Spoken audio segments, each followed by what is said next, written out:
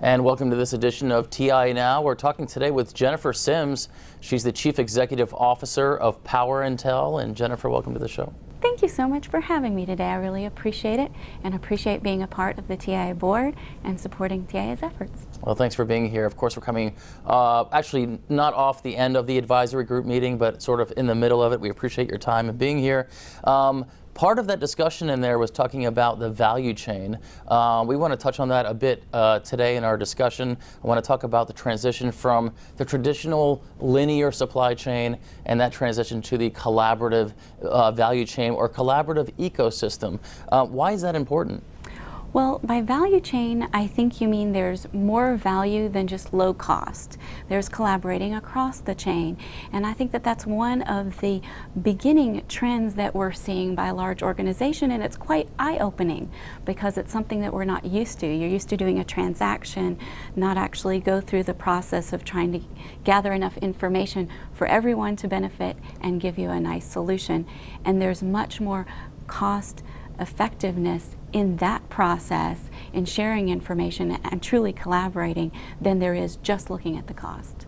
Jennifer, I'm sure having a robust value chain is an important part of your business. How do you make sure that each link in that chain has value? Well, first and foremost is the idea that simple delivery is no longer simple. So to have true collaboration and across the value network, you have to have collaboration for it. And for effective collaboration, you have to have effective information sharing. So unless that upstream supplier actually provides the information about the customer's needs and wants and desires and hoped for outcomes, then you don't have enough information to provide them what they need to actually enable their success. In the quality groups that I'm a part of, such as the Quest Forum, and at Power Tel, we use the 5 whys to get to the root cause. Why would you want to do this? And when you use those 5 whys, you can actually get to the root of the issue or the cause or the concern or the change maker to actually contribute to a solution. And so this would be one of the opportunities that the industry has moving forward, is to ask 5 whys and then share that across the value chain. Jennifer, you talked about some of the challenges in the linear supply chain. What's a common challenge that you see in your business day to day? I think I have a good example for you. Recently received an RFP, so a request for quote, from a large service provider. And they gave us quite a bit of information on what I'd call the middle supply piece, but not enough to be truly dangerous to give them a solution. It's like asking somebody for an extension cord. Would you have an extension cord for me?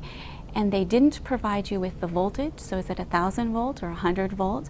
Is it American or European style? And then what's the outlet look like so I can know which way to plug it in? And that's one of the challenges we face as the supplier to the industry, is that when you don't get enough information, it's hard to give a good solution. So if you keep us at arm's length, the way that the traditional model works, then we all struggle to give you something that you can actually earn money on and be productive, and that the consumer's happy and you're happy.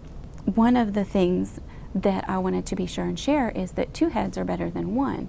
So in bringing and collaborating in the effort, then you actually can move folks forward. Now, of course, Jennifer, speed to market is top of mind for your business. How does the value chain facilitate speed to market? What we've talked about so far is collaborating, and then what that would look like and how to progress it forward. So by collaborating, you set joint targets. You actually manage by big data, taking all the big data, collaborating it together, setting some metrics, setting some targets, and then jointly working forward on a strategic plan that gets you both to the end goal. That will give you radically different results than rebidding for every particular part. Because if you're rebidding, you're getting that very first cost, but you're not saving any money either for your consumer or for your end user, because you're spending all of that time trying to issue the PO, make sure you've gotten your bids out, and by the time you've done that, you've lost a lot of time. And time is of the essence, and time costs money. So if you collaborate more and you set those goals and you work together with their supplier for milestones, you can be much more cost effective. And we've shown that at Power Tel as one of our solutions that folks have appreciated. Jennifer, it seems like there's two layers to the value chain. One is your traditional linear supply chain where the product goes from A to Z, but also another layer would be the communications layer that allows you to collaborate and to add value or additional value to every link in the chain. Would you agree with that assessment? Actually, I would say there's three layers. There's your physical layer, which is the most probably minimal piece of it. The data, which is a very important piece of it, and then the overarching collaboration. What do you want to do with both pieces, and how do you move that forward? You really actually need all three, and they have to be ongoing and in a process where you've agreed on what the end result and what you want that to look like. So I think in the newly competitive landscape, all three are important. The data and the collaboration actually come closer to trumping that physical. What does it mean to the end user, your customer, when you modify the traditional linear supply chain into a collaborative ecosystem? It means that time has changed things. So it used to be we had a 40-year cycle where a product was good. You would expect it to be good for 40 years. And now you're expecting a payback of about 40 months, and you're expecting a design cycle of about 40 weeks. That changes things. That means that the more you collaborate end to end with the customer and with the supplier, the better off you are, because you can make changes using your existing infrastructure, which is the key. If I can retool the existing infrastructure to create a new product or a new service for an existing customer who likes it and can generate revenue quicker, then everyone wins. The cost basis goes down, the customer is happy, they pay a little less, and then all of the folks within that value network are slightly more profitable. I wanted to ask you, Jennifer, how TIA improves the value of Power Tel. We have been a long-standing TIA member, both my dad as a board member and then me today, and then just supporting TIA as a group. And I can say that it's wonderful to be a part of, and part of TIA's focus is the long-term bent for the industry.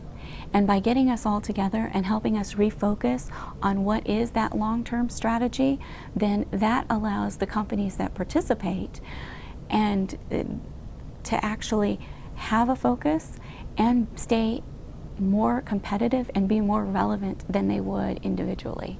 And I think that that's a very big cornerstone, not just on behalf of TIA, but also on behalf of the competitive nature of the industry and the U.S. economy, which is where many of the folks are based. Thanks for your time.